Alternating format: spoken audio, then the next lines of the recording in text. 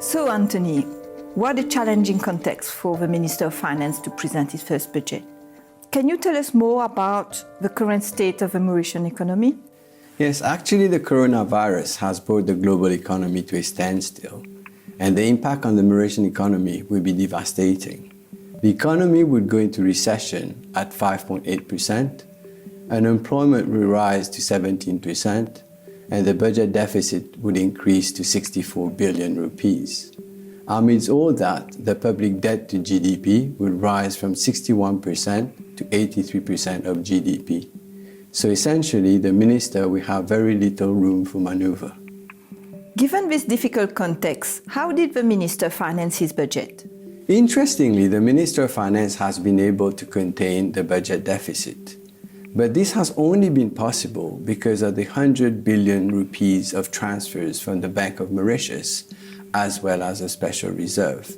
And 66 billion of that is going to fund the government recurrent expenditure.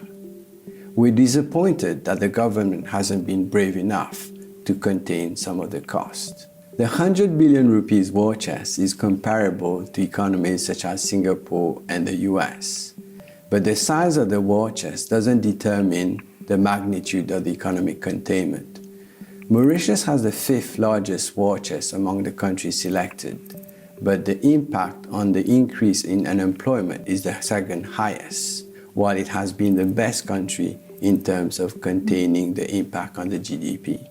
However, unemployment remains a concern, and it is the fairness in the distribution of government support that would make a difference.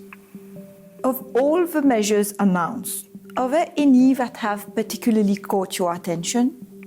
The minister actually tried to tackle the issue of equity and fairness by introducing new pension measures, as well as increasing the solidarity levy from 5% to 25%. With Mauritius competing for foreign professionals, this may act as an obstacle towards bringing them to Mauritius.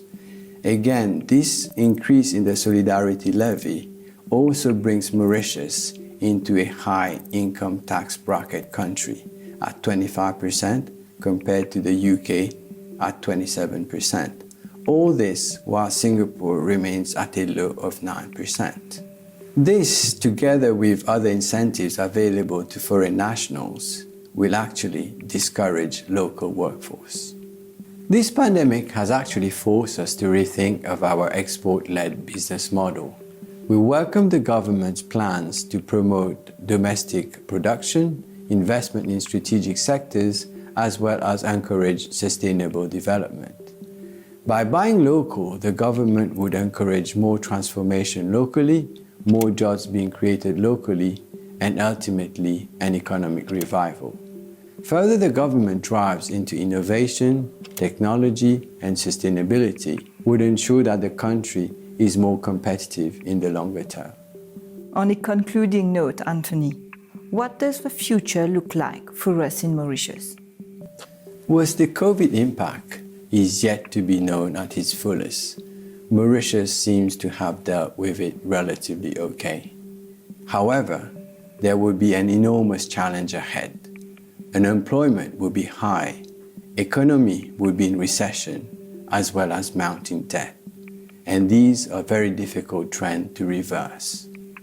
Amid this turmoil, there's a real need for the country to pull together. And we can only hope that the government pushes ahead with its transformation agenda in order to create a better tomorrow.